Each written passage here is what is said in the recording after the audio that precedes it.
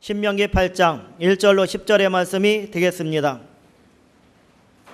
다 같이 하나님의 말씀을 합독하시겠습니다. 내가 오늘 명하는 모든 명령을 너희는 지켜 행하라. 그리하면 너희가 살고 번성하고 야훼께서 너희의 조상들에게 맹세하신 땅에 들어가서 그것을 차지하리라. 내 하나님 야훼께서 이 40년 동안에 내게 광야 길을 걷게 하신 것을 기억하라. 이는 너를 낮추시며 너를 시험하사 내 마음이 어떠한지 그 명령을 지키는지 지키지 않는지 알려 하심이라.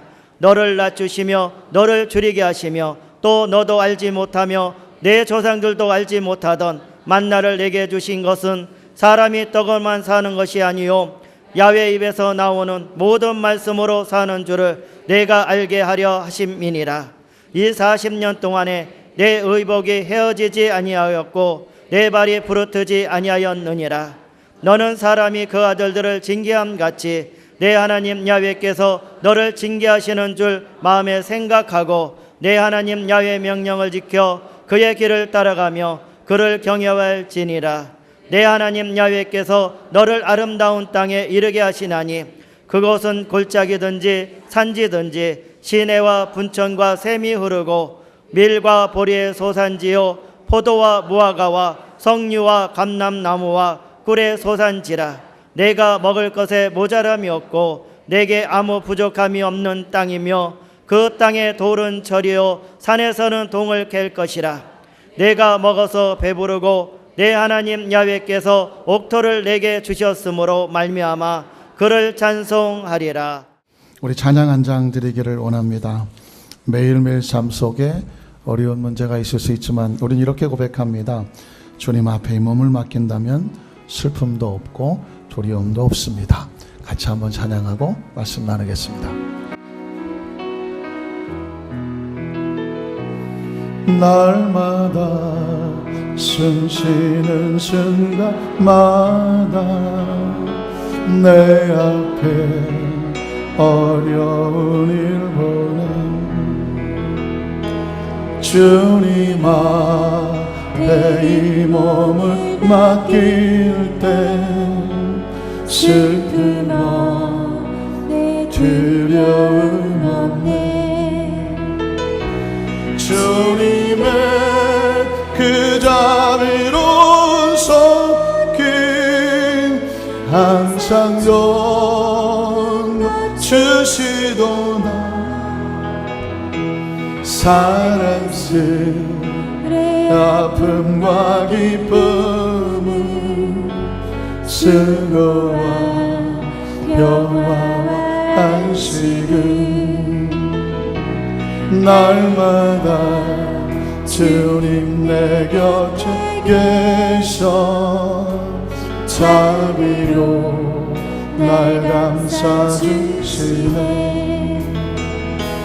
주님 앞에 이 몸을 맡길 때 힘주신 위로함 주네 어린 나를 품에 안으시사 항상 평안 주시도다 내가 숨을 쉬도다 살피신 약속하신 인생의 어려운 순간마다 인생의 어려운 순간마다 주의 약속 생각해보네 내 맘속 믿음 잃지 않고 말씀 속 위로를 주님의 도시 바라보며 모든 어려움 이기도다 흘러간 순간순간만 주님 곁에 인생의 어려운 순간마다 인생의 어려운 순간마다 주의 약속 생각해보니 내 맘속에 믿음을 잃지 않고 말씀 속에 위로를 얻네. 주님의 옷 바라보며 모든 어려움 이기도록 흘러가 순간순간만 주님 약속 흘러가는 순간순간마다 흘러가 순간순간만 주님 약속 새겨봅니다.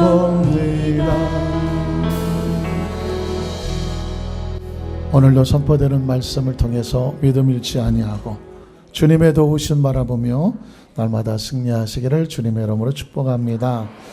우리 한번 따라 하실까요? 고난 속에서도 하나님을 신뢰하는 신앙, 이런 제목으로 말씀 은혜를 나누기 원합니다. 여러분 다이아몬드 좋아하십니까? 우리 삼부 성도님들은 상당히 오직 모든 것을 초결히 여기고 하나님만 바라보고 나가시는 분이. 2부 예배 때 제가 혹시 다이아몬드를 좋아하십니까? 그랬더니 갑자기 성가대에서 네! 제가 상당히 당황했었어요. 하기야 다이아몬드라는 것은 최고급 최고가의 보석이니까 누구나 반지도 끼고 목걸이도 하고 귀걸이도 할 수 있으면 좋겠죠. 그래서 그런지 모르지만 유난히 가짜가 많은 게 또 다이아몬드라고 합니다. 혹시 여러분 진짜와 가짜를, 그러니까 진짜 다이아몬드와 가짜 다이아몬드를 어떻게 구별하는지 혹시 알고 계시나요? 보석 감정 사이트에서 제가 자료를 한번 이렇게 검색을 해봤더니 아주 쉬운 진짜와 가짜를 구분하는 법이 있더라고요. 하나는 뭐냐면 하얀 종이와 그리고 자와 그리고 펜 하나만 있으면 됩니다. 종이 위에 자로 일직선을 쫙 그어놓는 거예요. 그리고 진짜와 가짜 다이아몬드를 올려놓으면 진짜와 가짜가 구분이 됩니다. 어떻게 구분이 될까요? 가짜는 그 선 위에다가 올려놓으면 그 밑으로, 유리 밑으로 선이 보이는 거예요. 투명하게 그냥 선이 지나가는 게 보이는 거죠. 그런데 진짜 다이아몬드는 그 선 위에다가 올려놔도 선이 보일까요? 안 보일까요? 안 보입니다. 그 보석 커팅을 갖다가 얼마나 절묘하게 해놨는지 모든 빛을 굴절시켜 보여서 반짝거리게 해놨기 때문에 밑에 선이 있는 지나가는 것이 보이지 않는다는 거죠. 이쯤 되면 우리 남성 동지분들은 당황하기 시작합니다. 이야, 내가 우리 사람한테 다이아몬드를 줬는데 이게 진짜인지 가짜인지 분별할 수 있기 때문에 집에 안 가도 지금 다이아몬드가 이게 진짜인지 가짜인지 알 수 있는 또 하나의 방법은 뭐냐면 혹시 얼굴에 기름기가 쫙 흐르신 분이 계시면 다이아몬드는요 친유성이라 그래서 기름하고 잘 붙는다고 합니다. 그러니까 다이아몬드는 얼굴에 기름이 좀 쪽쪽 흐를 때 딱 붙여놓으면 상당히 오랫동안 붙어 있는다는 거죠. 그러나 유리는 친유성이 아니에요. 그래서 유리는 얼굴에 붙여지면 조금 있다가 툭 떨어진다는 것입니다. 지금 당장 하시지 마시고 집에 가셔서 뭘 해봤는데 선이 보이고 붙었다 금방 떨어지더라.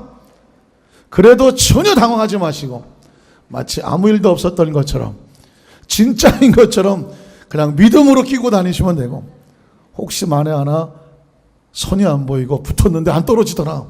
그러면 우리 남편이 나를 진짜를 해줬구나. 더 열심히 사랑해 주시기를. 그러면 되는 거예요. 문제는 요즘은 이런 상식이 있지만 예전에는 과연 반짝거리는 유리알과 다이아몬드를 어떻게 구분했을까요? 미국의 콜로라도 그 주에 가면 많은 금광, 다이아몬드 광이 있는데 예전에 그래서 많은 사람들이 그곳에 와서 다이아몬드를 캐는데 이건 길바닥에 떨어져 있는 유리덩어리와 다이아몬드하고 이 구분이 잘 안 돼서 상당히 혼란을 겪었다고 합니다. 그래서 그 원주민인 인디오들이 구분하는 방법을 하나 냈는데 그것은 뭐냐면 아주 원시적이지만 그릇에다가 물을 담고 가짜와 유리알 같은 거죠. 가짜와 진짜를 물에다 집어넣는 것입니다. 놀라운 것은 밖에 있을 때는 유난히 반짝거리던 유리알도 물속에만 집어넣으면 빛을 잃어버린다는 것입니다. 그러나 진짜 다이아몬드는 밖에서도 반짝거리고 물속에 집어넣어도 영롱하게 반짝거려요. 진짜는 그러니까 물속에 있으나 물 밖에 있으나 여전히 빛을 발하지만 가짜는 물 밖에 있을 때는 반짝거리는 다이아몬드 흉내를 내지만 물속에 들어가면 빛을 잃어버리더라. 여러분, 이걸 신앙적인 관점에서 접근을 하면 하나님께서 우리에게 알고 싶어 하는 것이 있습니다. 우리 모두는 열심히 있는 신앙인인 것처럼 반짝거리는데 때로 마치 다이아몬드가 물속에 들어가면 반짝거리지만 유리는 반짝거리지 않는 것처럼 어떤 고난과 시련의 과정을 통해서 마치 물속에 들어가는 어떤 과정을 통해서 어떤 사람은 더 여전히 빛을 나지만 어떤 신앙은 그만 빛을 잃어버리는 가짜와 같은 신앙이 있을 수 있기 때문이죠. 오늘 성경 본문을 보면 2절에 이스라엘 백성들이 광야를 지나가게 하는 하나님의 의도가 있었다라고 기록하고 있습니다. 여러분 2절을 한번 같이 읽어볼까요? 내 하나님 야훼께서 이 40년 동안에 내게 광야의 길을 걷게 하신 것을 기억해라.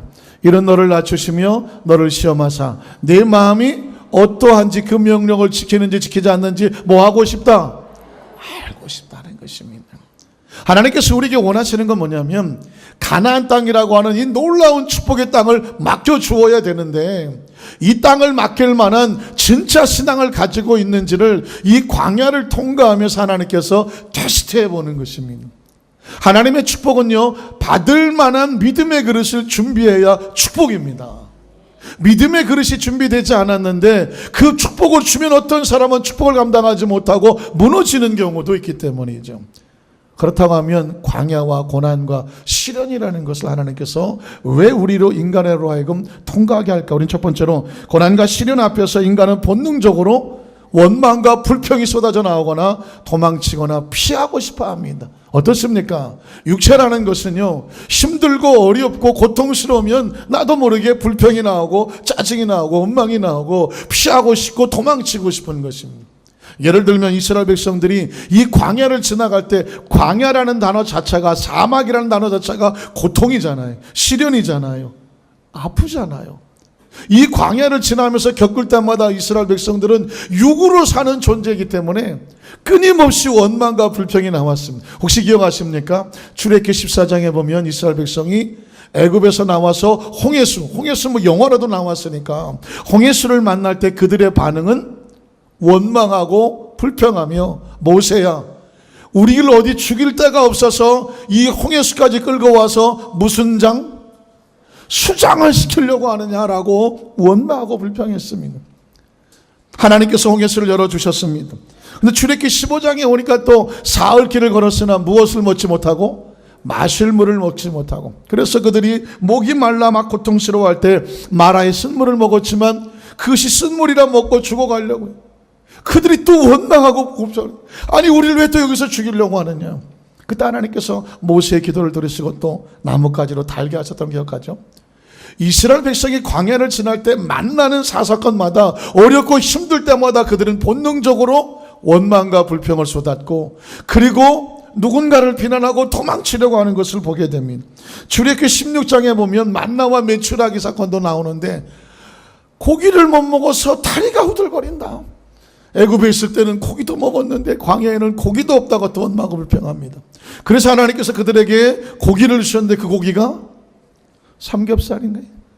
메추라기라고 하는 그들의 입에서 그냥 고기가 이 사이에 껴서 빠지지 않을도록 하나님께서 아주 신물나게 먹여주겠다라고 하는 상황이 나오고요. 민수기 13장 14장에 보면 10명의 정탐꾼이 가나안 땅을 정탐하고 와서 그 땅에 거인들이 저글저글하고 우린 다 죽었다고 원망불평하니까 그들 또 거기서 하나님 앞에서 원망불평하며 뭐라고 말하는, 아유 애굽으로 돌아가세요. 이게 육이에요. 육체적으로 살면은요, 힘들고 어려우면 원망하고 불평하고 그리고 도망치고 피하고 싶은 겁니다. 그런데 여러분, 이스라엘 백성만 그런 게 아니라 내노라고 하는 믿음의 선배들도 그들이 영적으로 전적으로 의지하지 못할 때는요, 문제 앞에서 도망치는 모습을 보여줍니다. 창세기 12장 10절에 보면 믿음의 조상 아브라함 하면 대단한 사람이어야 되는데 문제를 만나니까 이 사람도 도망쳐요. 창세기 12장 10절에 보니까 같이 읽어볼까요? 그 땅에 기근이 들었으므로 아브라함이 애굽에 거류하려고. 원래는 그 땅은 가나안 땅이 하나님께서 가라고 한 땅이잖아요. 가보니까 기근이 있어요. 문제가 있어요. 그래서 아브라함이 보니까 여기 아니네. 그래서 어디로 가려고? 애굽에 거류하려고 그리로 내려갔어요. 도망쳤어요. 자기 마음대로 가버렸어요. 이는 그 땅에 기근이 심했기 때문이다. 아브라함이 애굽으로 내려가는 것은 기근이라고 하는 고난과 시련을 만났기 때문입니다. 하나님이 가라고 말씀해도 육체는 내가 힘들면 그냥 자기 가고 싶은 대로 가는 거예요. 육이라는 것은 본능으로 살기 때문에 그렇죠. 창세기 32장 22절 24절에 보면 야곱은 위기를 만나니까 마누라고 자식이고 다 필요 없어요. 나 혼자 살겠다고 합니다. 같이 읽어볼까요? 밤에 일어나 두 아내와 두 여종과 11아들을 인도하여 야복나루를 건너했습니다. 얼마나 친절합니까? 아내와 종과 11아들을, 정말 이런 좋은 남편, 좋은 아버지가 어디 있어요? 그래서 그들을 인도하여 시내를 건너가게 하고 그의 소유도 다 건너갔는데 자기는 건너가요, 안 건너가요? 야곱은 홀로 남았습니다. 안 건너가요. 친절하고 좋은 아빠가 아니었어요. 좋은 남편이 아니었어요. 혹시라도 에서를 만날까봐 자기는 건너가지 못하고 혼자 살게. 이게 뭐예요? 육이라는 거예요. 육체로 살면은요, 이렇게 비겁하고 비굴하고 초라할 수밖에 없어요. 어떤 사람이 날이 새도록 야곱과 씨름했다. 하나님이 개입하는 장면이 나오죠.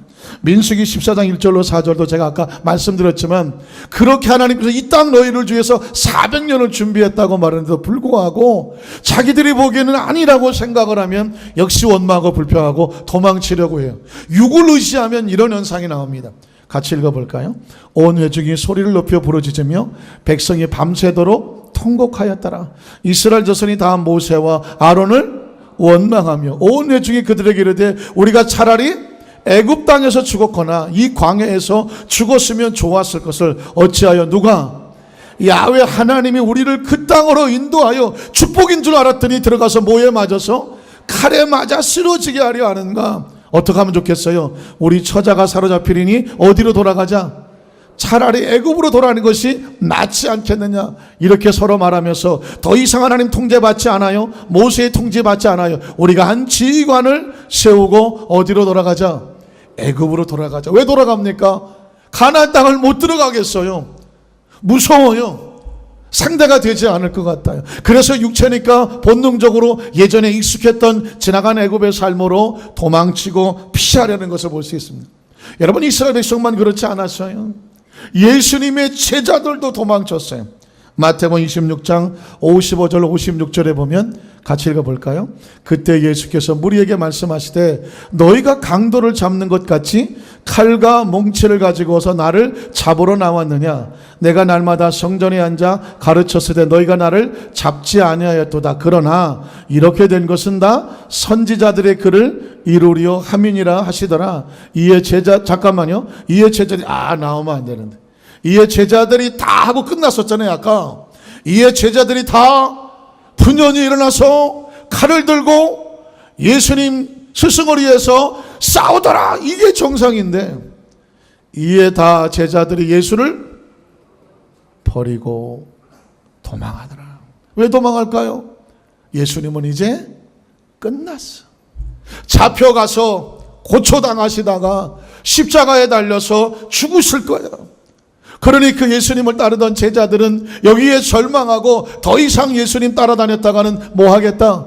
우리도 죽겠구나. 그래서 뭐 하는 게 좋다? 36개 출행나이. 비겁하게 도망쳐. 육체가 이래요. 사랑하는 성도 여러분, 그러면 우리의 마지막 보루 예수님의 수제자 베드로는 어땠을까요? 베드로 형님은 어땠을까요? 더 비참한 모습을 보여주고 있습니다. 마태복음 26장 69절로 75절이에요. 우리가 그토록 믿고 있는 육이라는 것이 이게 시련과 고난과 문제와 위기 앞에서는 얼마나 비겁하고 비굴한지를 보여주는 것입니다. 같이 읽어볼까요? 베드로가 바깥들에 앉았더니 한 여종이 나와 이르되 너도 갈릴리 사람 예수와 함께 있었도다 하거늘 베드로가 모든 사람 앞에서 뭐해요? 부인하여 이르되 난 내가 무슨 말을 하는지 알지 못하겠노라며 앞문까지 나아가니 도망치다가 또다시 걸려요. 다른 여종이 그를 보고 거기 있는 사람들에게 말하되 이 사람은 나사렛 예수와 함께 있었도다 하며 베드로가 맹세하고 또 부인하여 이르되 나는 그 사람을 도무지 알지 못하노라 하더라. 조금의 곁에 섰던 사람들이 나와 베드로에게 이르되 너도 진실로 그 도당이라 내 말소리가 너를 표명한다거늘 그가 저주하며 맹세하며 이르되 나는 그 사람을 알지 못하노라 하니 곧 닭이 울더라. 이에 베드로가 예수의 말씀에 닭 울기 전에 내가 3번 나를 부인하리라 하심이 생각이 나서 밖에 나가서 심히 왜 울어요? 왜 울어? 왜 우냐고. 지가 부인하고 저주하고 맹세하고 도무지 모른다고 해놓고 닭소리 듣고 왜 우냐고요. 마음은 부인하고 싶었어요? 부인하고 싶지 않았어요? 부인하고 싶지 않았어요. 그런데 여기서 내가 저 예수와 같은 제자라고 말하면 지금 육은 어떻게 돼요? 죽게 돼요. 육은 본능적으로 도망쳐야 돼요. 도망쳐야 되는 길은 부인하고 저주하고 맹세하고 비굴하지만 비참하지만 배반하는 길밖에 없는 거예요. 이게 여러분 3년 반 동안 예수님으로부터 말씀도 듣고 수많은 기적도 행하는 것을 현장에서 보고 천국도 안다고 하는 사람이 육체적으로 육을 의지하니까 비참하게 무너져 내리는 모습을 보게 됩니다. 저는 가끔 예수님이 이때 심정이 얼마나 처참했을까. 십자가에 달리는 게 무서웠을까요? 선지자의 말대로 가는 거예요. 채찍에 맞고 비참하게 손가락질 당하는 거 그거 힘들었을까요? 물론 힘들었겠지만 선지자의 말대로 예언대로 행하는 거예요. 그러나 가장 사랑하는 제자들이 그것도 베드로까지 예수를 모른다고 부인하고 저주하고 도망치고 예수를 홀로 남겨두었을 때 예수님의 가슴은 얼마나 처참했을까. 혹시 사랑하는 성도 여러분, 세상을 의지해서 그렇게 지냈던 사람도 육적으로 가까웠던 관계에 있던 사람들도 어떤 이해 상관에 잡히게 되니까 다 뿔뿔이 도망쳐버리는, 그래서 어쩔 수 없는 홀로 남는 고난의 아픈 서러움을 겪어보시는 분이 혹시 계십니까? 아니면 지금 이 순간에도 그런 서러움에 눈물을 흘리며 어쩔 줄 몰라서 힘들어하시는 분이 계십니까? 예수님도 그런 경황이 있었습니다. 그럼 어떻게 하라고요? 육은 이런데 크리스천은 어떻게 살라고요? 그래서 두 번째로, 크리스천은 육이 아닌 영을 붙잡고 살아가는, 하늘을 소망하고 살아가는 크리스천들에게 주시는 하나님의 소망이 있는데, 그건 뭐냐면 어떤 시련과 고난 속에서도 주님은 함께 계시더라. 함께 계시더라. 지금 그 힘들고 어려운 처참하게 홀로 남은 아무도 없는데 사방에 주님은 여전히 그 자리에 함께 계시는 것을 발견할 수 있는 저와 여러분 되시기를 주님의 이름으로 축원합니다. 왜냐하면 성경 속에 하나님은 우리에게 이 모습을 끊임없이 강조하고 선포하며 약속합니다. 창세기 28장 10절로 16절에 보면 정말 처절하게 돌베개 베고 홀로 남은 야곱의 모습이 나와요. 같이 읽어볼까요?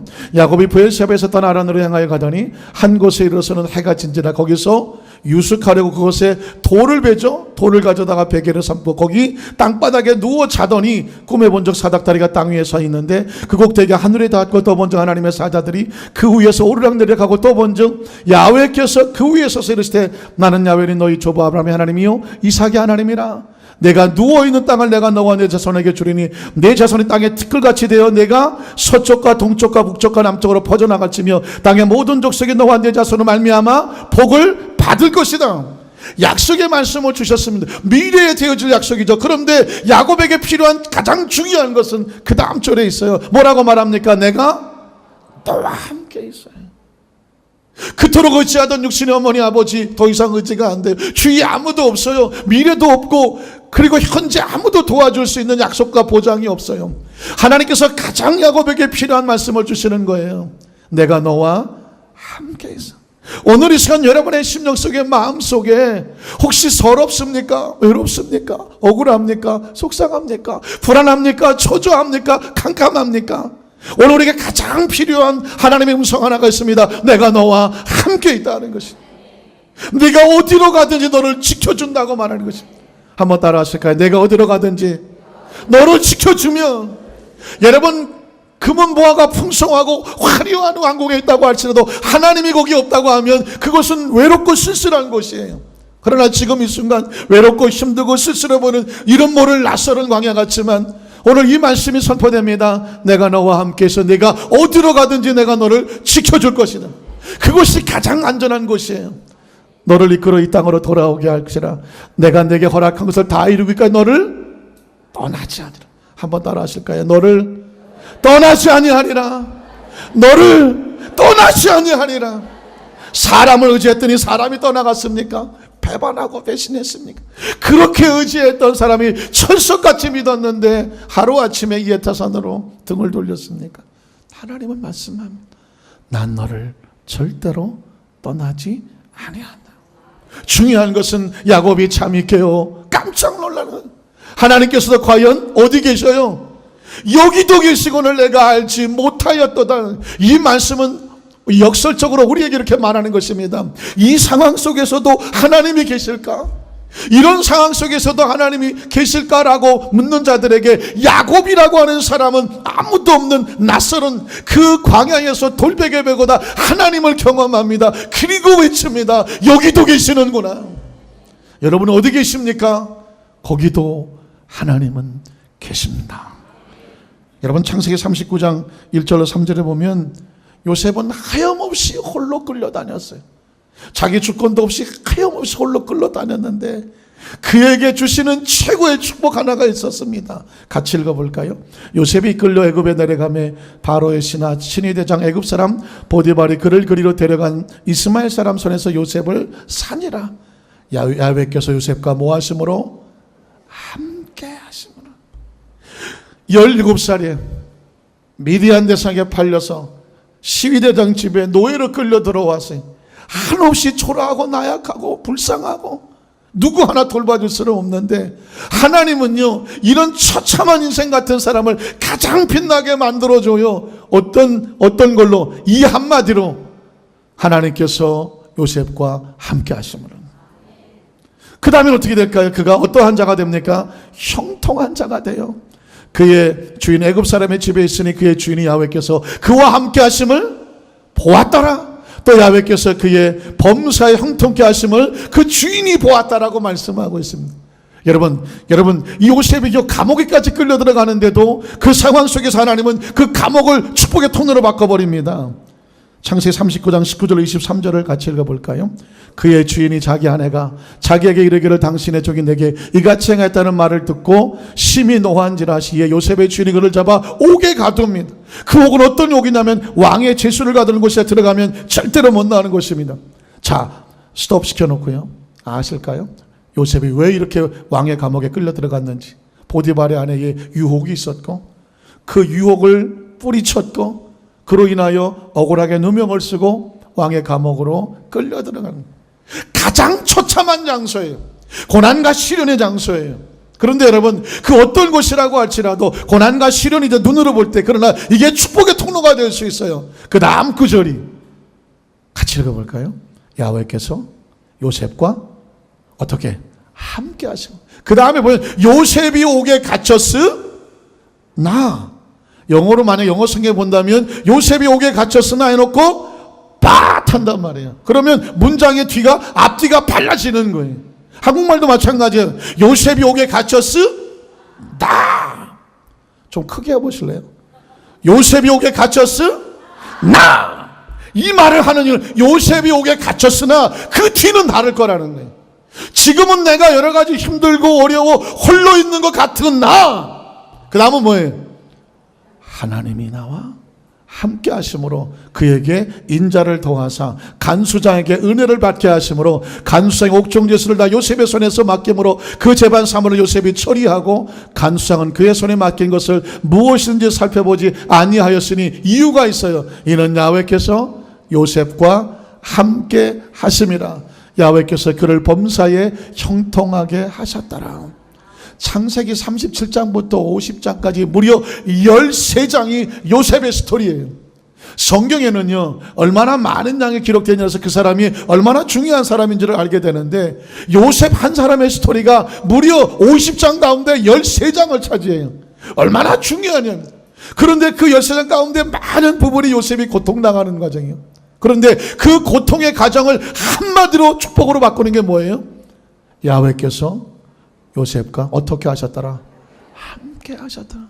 저와 여러분의 인생을 살아가면서 수없이 파란만장하게 달려왔다고 할지라도 그 모든 것이 축복이라고 할 수 있는 단 한 구절이 있다고 한다면, 하나님이 누구와 나와 어떻게 하셨더라? 함께 하셨더라. 믿으시면 아멘 하시기를 바랍니다. 하나님은 당신의 백성을 결코 홀로 두지 않았습니다. 여러분, 출애굽기 3장 10절로 12절에 보면 하나님께서 모세를 더러 애굽에 가서 이스라엘 백성을 건져내라고 말할 때에, 요셉은 나 혼자 어떻게 하냐고 할 때에, 걱정하지 마, 내가 너와 같이 가줄게라고 말했습니다. 같이 한번 읽어볼까요? 이제 내가 너를 바로에게 보내어 너에게 내 백성 이스라엘 자손을 애굽에서 인도하여 내게 하리라. 모세가 하나님께 아뢰되 내가 누구이기에 그 거대한 바로 왕에게 가며 이스라엘 자손을 애굽에서 어떻게 인도해 낸단 말입니까? 하나님이 이르시되 걱정하지 말라, 두려워하지 말라, 내가 반드시 너와 함께 있으리라. 하나님이 함께 하시면 이스라엘 백성은 모세가 건져냅니까? 하나님이 건져내십니까? 하나님이 건져냅니다. 내가 그 백성을 애굽에서 인도하여 낸 후에 너희가 이 산에서 하나님을 섬기리니 이것이 내가 너를 보낸 확실한 증거라고 말하고 있습니다. 이스라엘 백성이 광야를 지나갈 때 그들은 홀로 지나갔을까요? 하나님께서는 결코 자기 백성을 홀로 두신 적이 없습니다. 출애굽기 40장 34절로 38절은 하나님이 그들과 함께 하셨다는 얘기를 이렇게 표현하고 있습니다. 같이 읽어볼까요? 구름이 회막에 덮이고 야훼 영광이 성막에 충만하며 모세가 회막에 들어갈 수 없었으니 이는 구름이 회막 위에 덮이고 야훼의 영광이 성막에 충만함이었으며, 구름이 성막 위에서 떠오를 때는 이스라엘 자손이 그 모든 행진하는 길에서 앞으로 나아갔고, 구름이 떠오르지 않을 때는 떠오르는 날까지 나아가지 아니하였으니, 낮에는 무엇이 야훼의 구름이 성막 위에 있고 밤에는 야훼의 불기둥이 그 구름 가운데 있음을 이스라엘 온 족속이 그 모든 행진하는 길에서 그들의 눈으로 보았다. 이 말을 한마디로 말하면 광야의 여정 속에서 하나님은 그들과 밤낮 구분하지 아니하고 함께 계셨다는 것입니다. 저는 이 구절을 너무 좋아하는데요. 신명기 1장 28절에 31절에 보면 이스라엘 백성이 광야를 지나갈 때에 그냥 멀찌감치 따라간 것이 아니라 그 힘들고 어려운 상황 속에서는 가슴에 안고 가셨다고 표현합니다. 같이 한번 읽어볼까요? 같이 읽어볼게요. 우리가 어디로 가랴?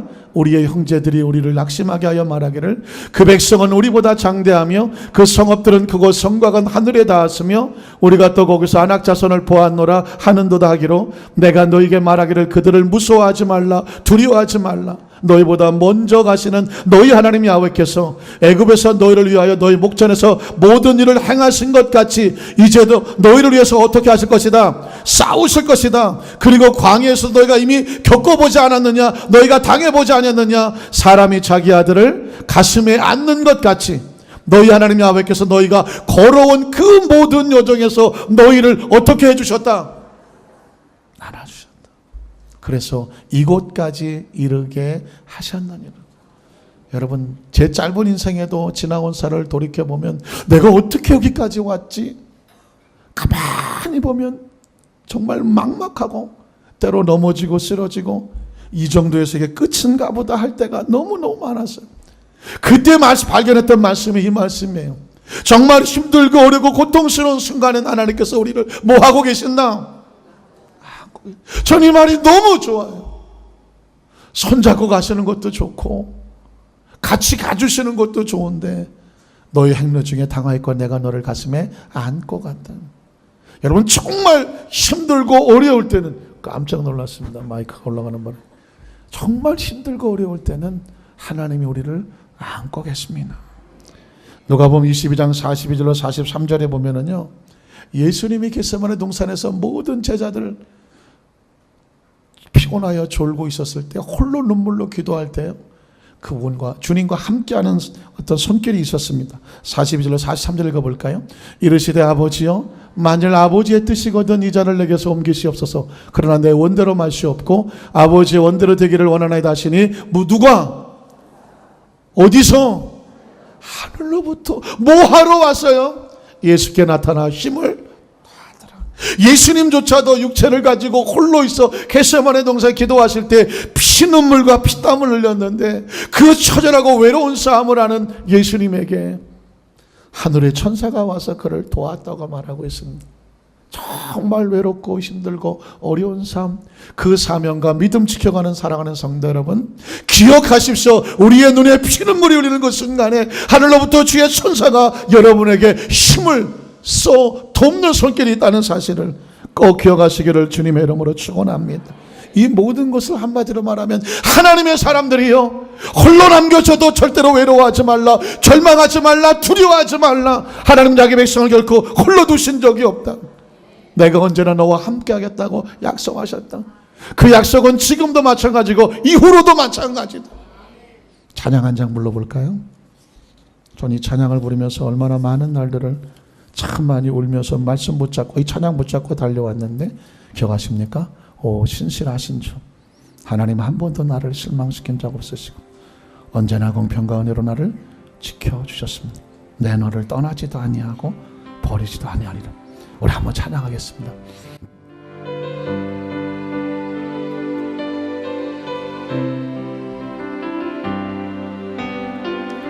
하나님 한 번도 나를 실망시킨 적 없으시고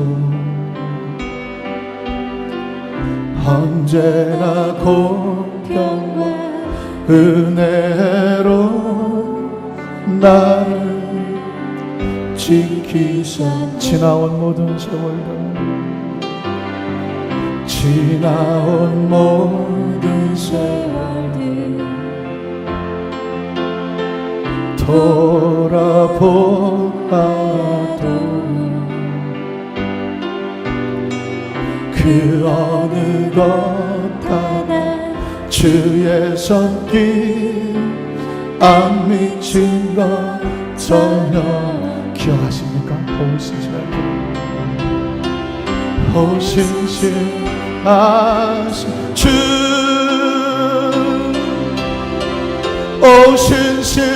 오신실하신 주,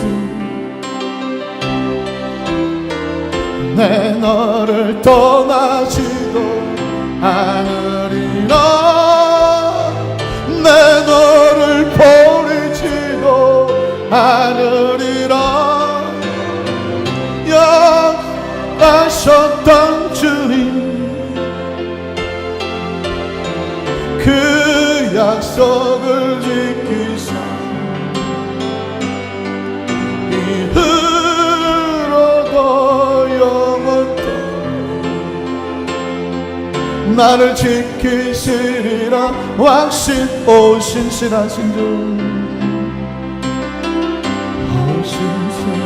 오신실하신 주,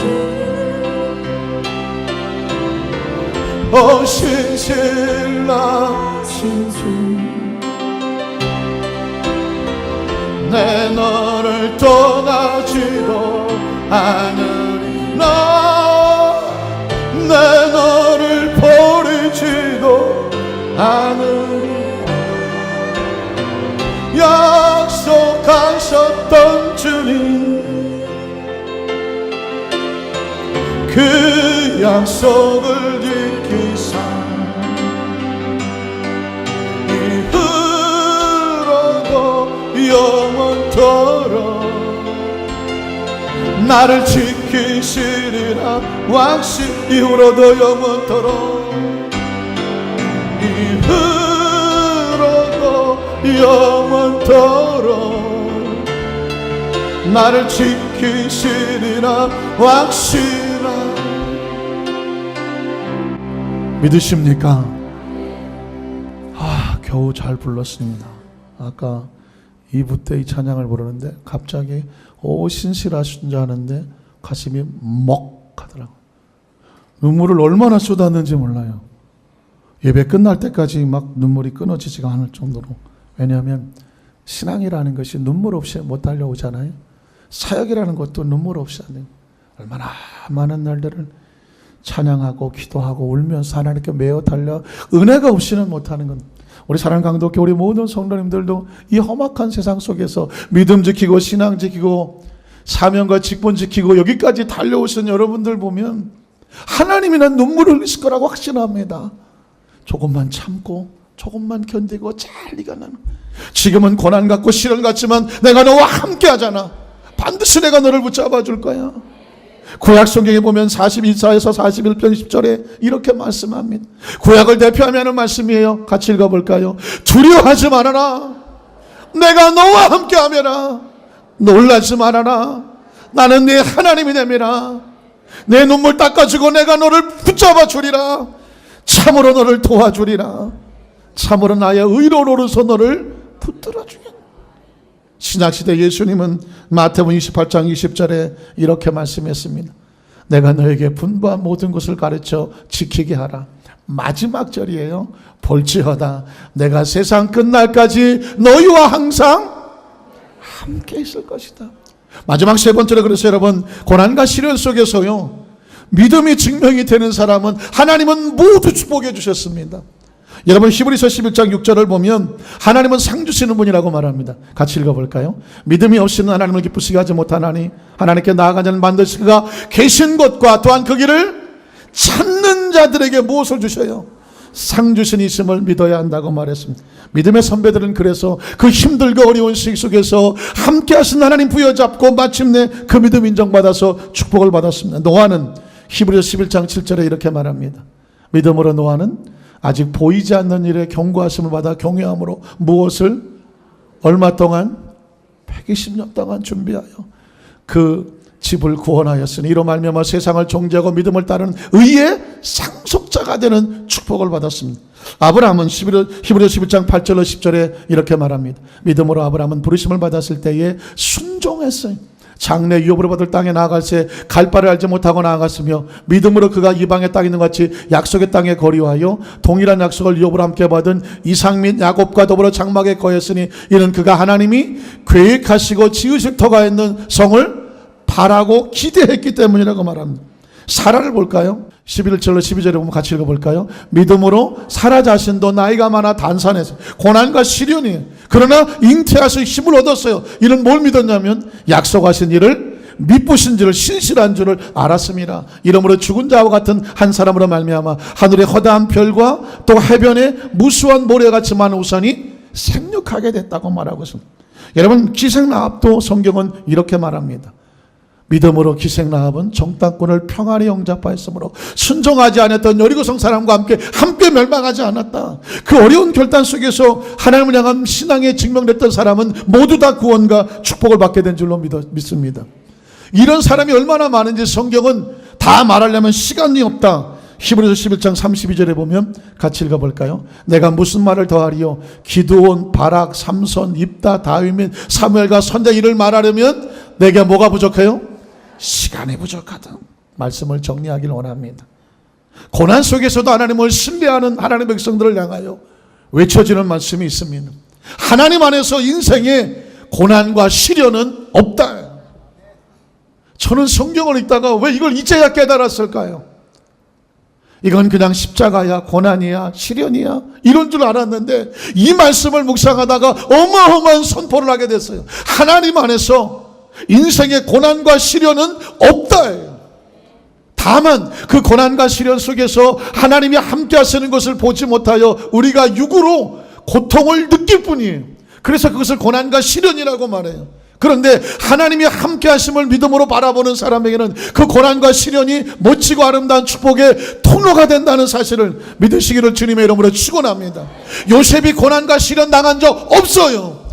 홀로 팔리고 힘든 여정을 겪었으나 그거는 하나님께서 함께 하셨던 그 손길 통해서 애굽의 총리가 되는 축복의 과정이었을 뿐이지 요셉이 고난과 시련이 아니었어요. 이스라엘 백성이 광야를 통과할 때 고난과 시련 아니었어요. 그곳에서 하나님을 신뢰하는 믿음을 보임으로 말미암아 그 광야는 가나안 땅을 들어가는 직선 통로였어요.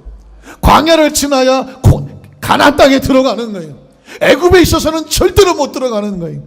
오늘 저와 여러분의 오늘 시야가 바뀌고 생각이 바뀌기를 원합니다. 지금 내가 걸어가고 있는 길이 육체적으로 볼 때 너무 힘들고 어리고 도망치고 싶을지 모르지만 하나님이 이곳에 함께 하시고 우리의 신앙의 증명이 되어지면 그 사람은 반드시 그 과정을 통하여서 멋진 작품으로 축복해 주실 줄로 믿습니다.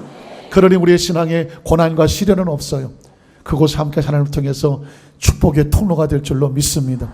저와 여러분 믿음으로 가는 그 길이 축복의 통로인 것을 기억하시고 마침내 축복의 땅에 들어가는 우리 모든 성도 되시기를 주님의 이름으로 축원합니다.